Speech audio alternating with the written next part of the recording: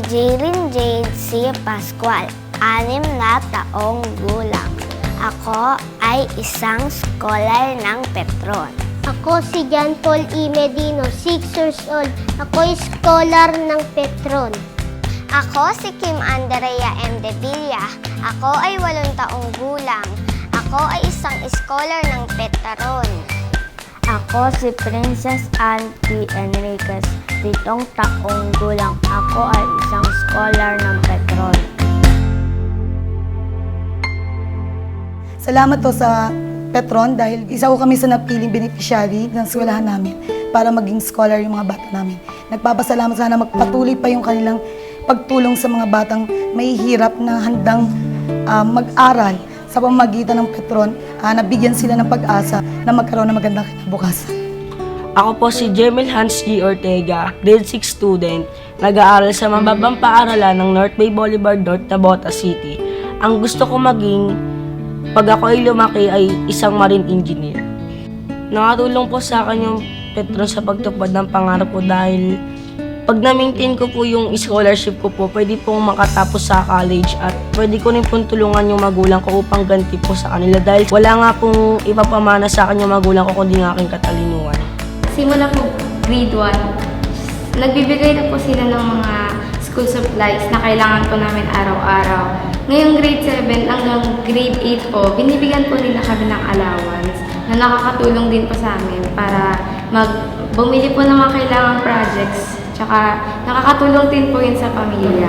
We have these workshops po para maging confident pa yung mga sarili namin and para ma-establish pa yung pagiging dreamer namin and also para ma-build yung dream na yun. Hindi lang basta pangarap na tinulugan namin, pero yung tutuparin talaga namin. Tinulungan po nila kami at sobrang thankful po ako sa pag-aalaga po ng Petron sa amin. Sobrang mahal nila yung anak ko kasi andun yung financial assistance, yung mga school supply, sapatos, medyas, lahat andun na. Yung Petron Scholarship or yung Petron Foundation, sana yung naging tatay ko all the way. Kasi diba, as a father, kailangan mo i-guide yung mga anak mo habang lumalaki. Hindi lang financially, kailangan din socially, magabayan mo sila, and matulungan mo sila na abutin yung mga pangarap nila. Yung tatay ko po kasi nagtatrabaho sa Petron Corporation as a security guard. Gusto ko po sana dito po ako magtatrabaho sa Petron Corporation. Gusto ko pong tuparin yung pangarap ng tatay ko na sasabihin niya sa akin na, "Good morning, ma'am," ganun po. Yung dating Marlene na mahiyain, yung dating Marlene na maliit pa lang at wala pang natututunan sa mundo. Eto ako ngayon, ako yung produkto nyo dahil yun sa inyo. So, in return po, gusto ko po na ibalik sa Petron yung kung ano po yung binigay po nila sa amin through working for them. Tulong Aral is proof that private and public partnership is really possible and making a difference in the lives of children, their families, and community. Sa program na Yield Youth in Entrepreneurship Leadership Program, yung binigay nilang learning sa akin. So it's a really big thank you for the pagiging successful. Kung hindi ko nakilala yung Petron Foundation, siguro hindi ako magiging interested sa energy field ng chemical engineering. And siguro kung wala yung Petron, hindi ko din mabibigay yung best ko sa lahat ng mga activities na ginagawa ko.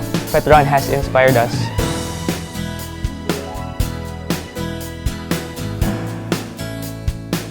Petron Foundation has been a long-time partner. So Petron Foundation's willingness to go to the peripheries, that is something we value. Petron Foundation is very willing and very comfortable working with social alliances, working with DSWD, with other NGOs. For us, partners who are willing to work with social alliances are very valuable because by working with partners, they are able to cover more children and more communities.